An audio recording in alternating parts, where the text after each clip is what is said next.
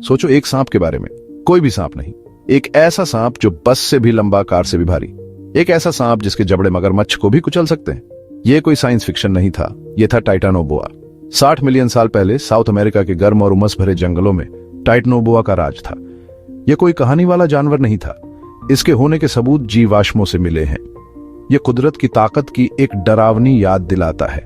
लेकिन क्या हो अगर यह खतरनाक जीव गायब ना हुआ हो? क्या हो अगर हमारे ग्रह के अनजान कोनों में यह बच गया हो और बदल गया हो?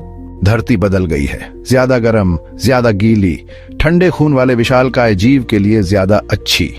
टाइटानोबोआ अगर वो बच गया होता तो इस माहौल में फलता फूलता।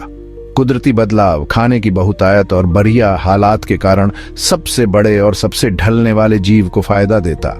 सोचो एक टाइटानोबोआ 50 फीट लंबा नहीं बल्कि 60-70 फीट लंबा, उसके स्केल्स कवच जैसे मोटे जंगल के फर्श पर धूप की तरह चमकते हुए। ये कोई पुराना अवशेष नहीं था, ये एक सुपर शिकारी था। हजारों सालों के बदलाव से बना पानी उसका घर था। अमेज़न की गहरी नदियां, एवरग्लेड्स के दलदल, यहाँ टाइटानोबोआ शिकार की ताक में रहता। उसका छलावरण सदियों से बना उसे अदृश्य बना देता। बस हल्की सी लहर उसकी मौजूदगी का एहसास दिलाती। उसका शिकार, बड़े जानवर, कैमन, यहां तक कि जगुआर भयानक तेजी से हमला किए जाते। टाइटानोबोआ का हमला इतना तेज होता कि इंसानी आंखें उसे देख भी नहीं पाती। पेड़ के तने जितनी मोटी मांसपेशियों के कुंडल हड्डियों को कुचलते, शिकार का दम घोंटते। और फिर जहर। वैज्ञानिकों का मानना है कि पुराने टाइटानोबोआ में जहर नहीं था, लेकिन कुदरती बदलाव लगातार होता रहता है। नए जमाने का टाइटानोबोआ, उनका मानना है, एक तेज जहर बना सकता है। एक ऐसा जहर जो लकवा मार दे, अंगों को पिघला दे, शिकार को एक भयानक सूप में बदल दे, खाने के लिए तैयार। ऐसे जीव का मिलना दुनिया में हलचल मचा देगा। अमेज़न बेसिन घूमने के लापरवाह दिन खत्म हो जाएंगे।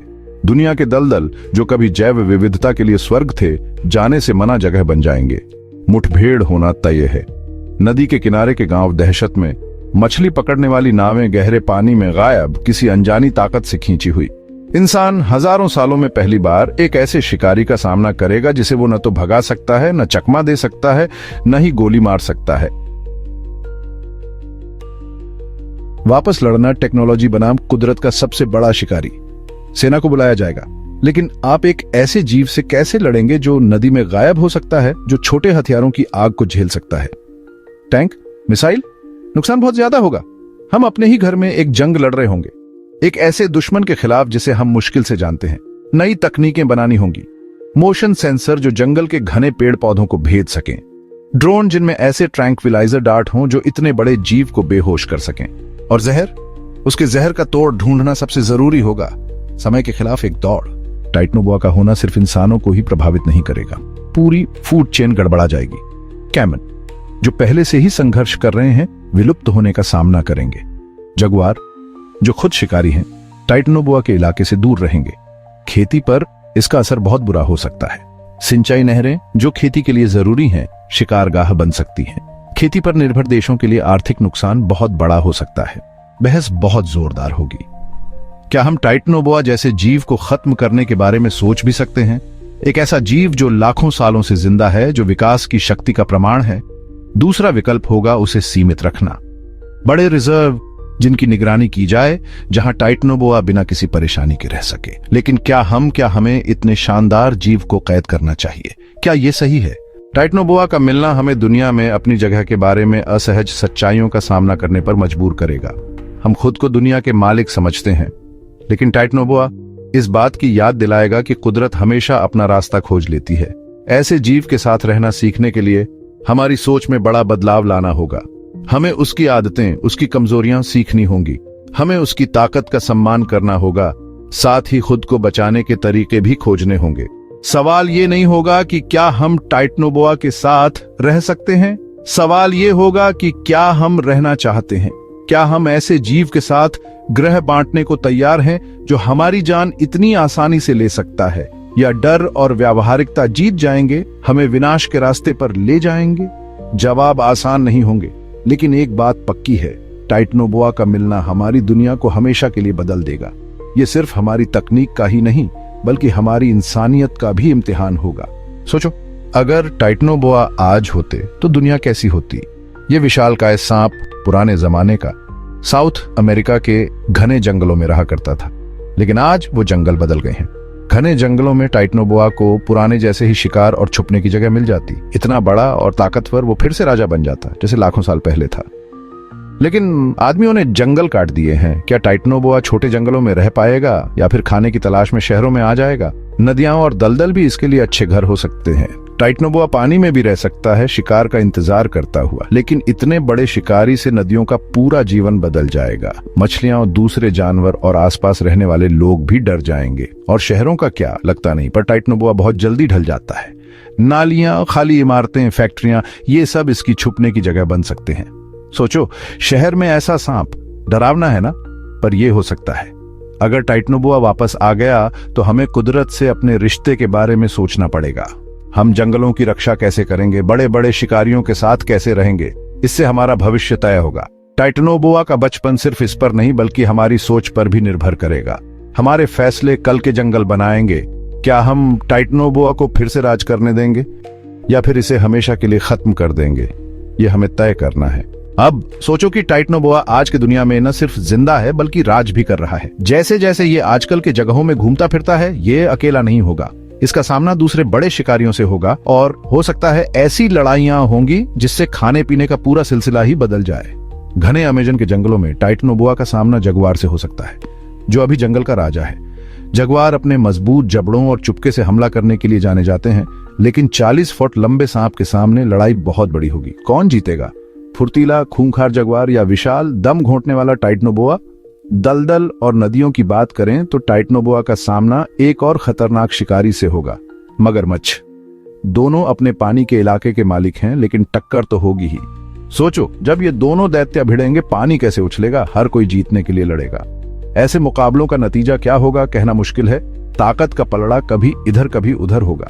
शहरों में जैसे जैसे टाइटनोबोआ नए माहौल में ढलता है, इसका सामना बड़े जंगली कुत्तों या यहाँ तक कि पहाड़ी शेरों से भी हो सकता है, जो शहरों में आ गए हैं। ये शिकारी, जो शहर के शिकार के आदी हैं, खुद को कुदरत की एक प्राचीन ताकत के सामने पाएंगे। टाइटनोबोआ का विशाल आकार और ताकत खेल ही बदल देगा। इन शिकारियों को या तो बदलना होगा या मिटना होगा। टाइटनोबोआ की मौजूदगी से पूरे सिस्टम पर असर पड़ सकता है। लोमड़ी, रैकून और बड़े शिकारी पक्षियों जैसे छोटे शिकारियों को लग सकता है कि उनके इलाके पर कब्जा हो गया है, उनका खाना कम हो रहा है, क्योंकि टाइटनोबोआ अपना दबदबा बना रहा है। इसका असर खाने पीने के पूरे चक्र पर पड़ेगा। कुदरती व्यवस्था में ऐसे बदलाव आएंगे जिनका हम सिर्फ अंदाजा लगा सकते हैं। जैसे हम इन बातों पर सोचते हैं, एक बात साफ हो जाती है, टाइटनोबोआ की वापसी सिर्फ इंसानों के लिए ही परीक्षा नहीं होगी, बल्कि कुदरत के पूरे सिस्टम में भारी बदलाव लाएगी। ये पुराना सांप आजकल के शिकारियों को चुनौती देगा, एक नया माहौल बनाएगा जिसमें या तो सब साथ रहेंगे या फिर जिंदा रहने के लिए भयंकर संघर्ष होगा। तो जब हम टाइटनोबोआ वाली दुनिया की कल्पना करते हैं, हमें इसके बड़े असर के बारे में भी सोचना चाहिए। ये बातचीत हमारे पर्यावरण को कैसे बदलेगी? क्या आजकल के शिकारी इस प्राचीन खतरे के हिसाब से खुद को ढाल पाएंगे या वे खत्म होने के कगार पर पहुंच जाएंगे?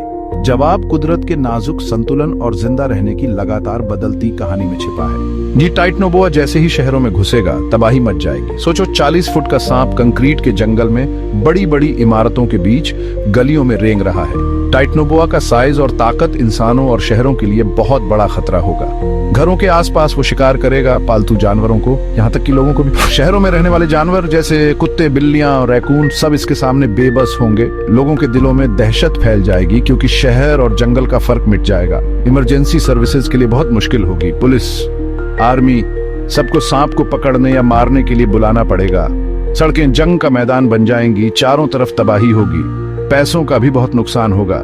जहां ये सांप होगा वहां घरों की कीमत गिर जाएगी। टूरिज्म खत्म हो जाएगा, कोई उस इलाके में नहीं जाएगा। इंश्योरेंस कंपनियों को नए प्लान बनाने पड़ेंगे और सरकार को बहुत पैसा खर्च करना पड़ेगा। टाइटनोबोआ शहर में आने से हमें नेचर के साथ अपने रिश्ते के बारे में सोचना पड़ेगा। जैसे जैसे शहर बढ़ते हैं, जंगल कम होते जाते हैं, इंसानों और जानवरों के बीच की लकीर मिटती जाती है। टाइटनोबोआ हमें याद दिलाएगा कि नेचर का बैलेंस बिगाड़ने के क्या नतीजे होते हैं। सवाल यह है कि हम कैसे जिएंगे।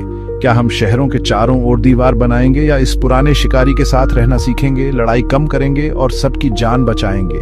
जवाब है हमारे अंदर नए तरीके ढूंढने की ताकत में। हमें तरक्की और प्रकृति के बीच बैलेंस बनाना होगा। टाइटनोबोआ के बारे में सोचते हुए हमें ये भी सोचना होगा कि हमारी हरकतें दुनिया को कैसे बदलती हैं, वो दुनिया जिसे हम दूसरे जानवरों के साथ शेयर करते हैं। अरे सुनो, अभी हमारे शहरों में टाइटनोबोआ घुसने का खतरा मंडरा रहा है ना, तो हमारे साइंटिस्ट लोग भी चुप नहीं बैठे हैं। दुनिया भर के रिसर्चर्स और बायोलॉजिस्ट मिलके इस पुराने जमाने के शिकारी के बारे में पढ़ाई कर रहे हैं। उनका मकसद क्या है? इसका बिहेवियर, बायोलॉजी और सबसे जरूरी इसे कंट्रोल कैसे करें, ये सब समझना। हाईटेक लैब्स में साइंटिस्ट लोग टाइटनोबोआ के पुराने डीएनए सैंपल्स और आजकल के डिसेंडेंट्स को एनालाइज कर रहे हैं ताकि इसके शरीर के राज पता चल सके। स्ट्राइस्पिया और एआई सिमुलेशंस जैसी नई टेक्नोलॉजी से वो इसकी कमजोरियां ढूंढना चाहते हैं या फिर कोई ऐसा तरीका निकलना चाहते हैं जिससे इसे भगाया जा सके। फील्ड रिसर्चर्स भी जंगलों में जाके इसके आने जाने की जगह और रहने की जगह ट्रैक कर रहे हैं और जरूरी इंफॉर्मेशन कलेक्ट कर रहे हैं। वो ड्रोन्स और रिमोट सेंसिंग डिवाइसेस का इस्तेमाल करते हैं ताकि बिना किसी को खतरे में डाले इसके एक्टिविटीज पर नजर रख सके। इससे टाइटनोबोआ के बिहेवियर के डिटेल्ड मॉडल्स बनते हैं जिससे अंदाजा लगाया जा सकता है कि ये कहां जाएगा और इसे कैसे रोका जा सकता है। इधर इंजीनियर्स और टेक्नोलॉजिस्ट्स नए नए तरीके ढूंढ रहे हैं टाइटनोबोआ को कंट्रोल करने के। कुछ एडवांस्ड बैरियर्स और ट्रैप्स बना रहे हैं, तो कुछ ऐसे बायो इंजीनियर्ड रिपेलेंट्स बना रहे हैं जो इसे दूर रखेंगे। दुनिया भर की गवर्नमेंट्स इन प्रोजेक्ट्स को फंड कर रही हैं क्योंकि उन्हें पता है कि ये कितना बड़ा खतरा है। लोगों को जागरूक करना भी बहुत जरूरी है। अगर लोगों को पता होगा कि टाइटनोबोआ के होने के क्या साइंस हैं और अगर सामना हो जाए तो क्या करना है, तो कई जानें बच सकती हैं। इस लड़ाई में साइंटिस्ट, गवर्नमेंट्स और पब्लिक का साथ मिलकर काम करना बहुत जरूरी है। इन सब कोशिशों के साथ साइंटिस्ट्स को उम्मीद है कि हम जीतेंगे। हर नई डिस्कवरी के साथ वो एक कदम आगे बढ़ा रहे हैं ताकि इंसान और नेचर के सबसे खतरनाक क्रीचर साथ रह सके। ये सफर आसान नहीं है, पर यह दिखाता है कि इंसान कितना होशियार और मजबूत है। इतने बड़े खतरे के सामने पूरी दुनिया एक हो गई है। ये साबित करता है कि जब साइंस और इंसानियत मिलकर काम करते हैं तो सबसे बड़े शिकारी को भी समझा और कंट्रोल किया जा सकता है। साइंस और सर्वाइवल के परे टाइटनोबोआ ने मॉडर्न कल्चर और माइथोलॉजी में अपनी जगह बना ली है। जैसे ही यह प्राचीन प्रीडेटर फिर से सामने आता है, इसका प्रभाव फिजिकल वर्ल्ड से बहुत आगे तक जाता है। ह्यूमैनिटी के कलेक्टिव कॉन्शियसनेस में रिश्ता है। लिटरेचर में टाइटनोबोआ प्राइमल फियर और अनस्टॉपेबल फोर्स का सिंबल बन गया है। ऑथर्स इसके टेरिफाइंग प्रेजेंस की कहानियां बुनते हैं जो नेचर के पावर और उसमें हमारी जगह के बारे में ह्यूमैनिटी की सबसे गहरी चिंताओं से जुड़ी है। हॉरर नोवेल से लेकर एपिक फैंटेसीज तक टाइटनोबोआ का लेजेंड बढ़ता है। रीडर्स को अपनी ताकत और रहस्य की कहानियों से कैप्टिवेट करता है। आर्ट में इस विशाल सर्प को एक मार्वल और एक मेनेस दोनों के रूप में दर्शाया गया है। कंटेम्प्रेरी आर्टिस्ट्स इसके फॉर्म और फेरोसिटी को अलग अलग मीडियम से एक्सप्लोर करते हैं। डिजिटल आर्ट से लेकर स्कल्पचर्स तक इस प्रागैतिहासिक जानवर के ऑ इंस्पायरिंग स्केल और चिलिंग ब्यूटी को कैप्चर करते हैं। म्यूजियम और गैलरीज इन इंटरप्रिटेशंस को शोकेस करते हैं, हमें फैसिनेशन और फियर के बीच की पतली रेखा की याद दिलाते हैं। टाइटनोबोआ ने मॉडर्न माइथोलॉजी में भी अपनी जगह बना ली है, खुद का एक लेजेंड बन गया है। अर्बन लेजेंड्स और फोकलोर ने टाइटनोबोआ के हमारे शहरों और जंगलों के सायों में छिपे होने की कहानियों को शामिल किया है। ये कहानियां कॉशनरी टेल्स का काम करती हैं जो अननोन में मौजूद खतरों और हमारी दुनिया में अभी भी घूम रही प्राचीन ताकतों के बारे में चेतावनी देती हैं। पॉप कल्चर टाइटनोबोआ के आकर्षण से अछूता नहीं रहा है। मूवीज और टीवी शो इस विशाल सर्प के साथ एनकाउंटर्स को ड्रामेटाइज करते हैं, थ्रिलिंग नैरेटिव बनाने के लिए साइंस फिक्शन को हॉरर के साथ मिलाते हैं। वीडियो गेम्स प्लेयर्स को टाइटनोबोआ के खिलाफ सामना करने का मौका देते हैं, इस प्रीडेटर को वर्चुअल लैंडस्केप में एक फॉर्मिडेबल एडवर्सरी में बदल देते हैं। स्पिरिचुअलिटी और सिंबोलिज्म के दायरे में भी टाइटनोबोआ ने जगह बनाई है। कुछ के लिए यह लाइफ और डेथ के साइकिल को रिप्रेजेंट करता है, नेचर की अनयील्डिंग पावर और चेंज की अनिवार्यता की याद दिलाता है। दूसरों के लिए यह रीबर्थ और ट्रांसफॉर्मेशन को सिंबलाइज करता है, सर्प के स्किन शेडिंग और लाइफ के रिन्यूअल को दर्शाता है। इस मॉडर्न एरा में टाइटनोबोआ सिर्फ पास्ट का एक रेलिक नहीं है, यह एक लिविंग मिथ है, एक कल्चरल आइकॉन है जो इंस्पायर और टेरिफाई करता रहता है। जैसे ही हम इस प्राचीन प्रीडेटर के साथ कोएक्सिस्ट करने की चुनौतियों से जूझते हैं, हम हमारी कहानियों, हमारी आर्ट और हमारी कलेक्टिव इमेजिनेशन पर इसके गहरे प्रभाव से भी जूझते हैं। टाइटनोबोआ, जो कभी प्रागैतिहासिक दलदलों का शासक था, अब मिथ और कल्चर के दायरे में राज करता है। जो इसकी इंड्यूरिंग लेगेसी और हमारी दुनिया के रहस्यों को समझने के लिए ह्यूमन स्पिरिट की कभी न खत्म होने वाली खोज का प्रमाण है। टाइटनोबोआ के बारे में और सोचते हैं, अगर ये आजकल दुनिया में होते तो क्या होता। इसके फायदे और नुकसान दोनों देखने जरूरी हैं। एक तरफ टाइटनोबोआ साइंस के लिए बहुत कुछ सिखा सकते हैं। इतने बड़े सांप को देखकर हम पुराने जमाने के जंगल जानवरों के विकास और मौसम के बदलाव के बारे में बहुत कुछ जान सकते हैं। उनकी आदतें, खाना और रहने की जगह देखकर साइंटिस्ट पुराने राज खोल सकते हैं जो हम भूल गए थे। और तो और टाइटनोबोआ के शरीर से हमें दवाइयों के बारे में भी नई चीजें पता चल सकती हैं, जैसे कि मांसपेशियां और नसें कैसे ठीक होती हैं। लेकिन इसके नुकसान भी हैं। टाइटनोबोआ इतना बड़ा और खतरनाक है कि लोगों और दूसरे जानवरों के लिए मुसीबत हो सकती है। ये हमारे जंगलों को बिगाड़ सकता है, जानवरों की संख्या कम कर सकता है और खाने पीने का पूरा सिस्टम बदल सकता है। पालतू जानवरों और शायद लोगों के लिए भी ये बहुत खतरनाक हो सकता है। अगर कोई इससे मिल गया तो बचने के चांस कम है। और पैसों का क्या? सुरक्षा के लिए, उनके रहने की जगह बनाने के लिए और शायद उन्हें दूसरी जगह ले जाने के लिए बहुत पैसे लगेंगे। टूरिस्ट लोग शायद दो तरह से सोचेंगे। कुछ लोग इस अजगर को देखने आएंगे, लेकिन कुछ लोग डर के मारे उस जगह नहीं जाएंगे। इससे वहां के लोगों का काम धंधा भी बिगड़ सकता है। तो टाइटनोबोआ के आने से साइंस के लिए अच्छी चीजें हो सकती हैं, लेकिन इसके साथ खतरे भी हैं, जंगल के लिए, पैसों के लिए और हमारी सुरक्षा के लिए। अगर हमें इनके साथ रहना है तो हमें बहुत सोच समझकर प्लान करना होगा, ताकि फायदा ज्यादा हो और नुकसान कम। टाइटनोबोआ की कहानी अभी खत्म नहीं हुई है। यह हमें सोचने पर मजबूर करती है कि कुदरत के अजूबों और आज की जिंदगी के बीच कैसे बैलेंस बनाएं।